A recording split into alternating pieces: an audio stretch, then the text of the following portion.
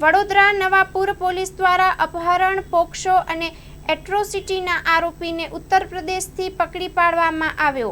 Vadodara 4 August 2025 Navapura police સ્ટેશનમાં વર્ષ 2015માં નોંધાયેલ ગંભીર ગુનાઓના કેસમાં સંડોવાયેલ અને છેલ્લા 10 વર્ષથી નાસ્તો ફરતો આરોપી પોલીસના હાથથી બચી રહ્યો હતો।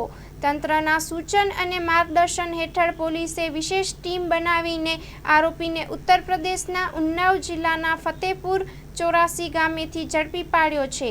આ આરોપી સામે અપહરણ, પોક્સો અને એટ્રોસિટી એક્ટ હેઠળ ગુના નોંધાયેલા છે। આરોપી છેલ્લા દાયકાથી અલગ અલગ રાજ્યોમાં છુપાઈને રહ્યો હતો અને પોતાના ઓળખને છુપાવતો હતો, પરંતુ પોલીસની જૂનદર્શી અને સતત ચક્રવ્યૂહ જેવી કામગીરીના કારણે તે હવે કાયદાના કબજામાં આવ્યો છે।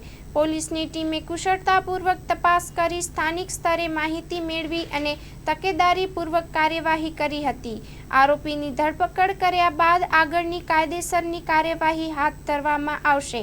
પોલીસ તંત્રએ જણાવ્યું કે આવા નાસ્તા ફરતા આરોપીઓ સામે પોલીસનું મજબૂત જાળ બાંધવામાં આવ્યું છે।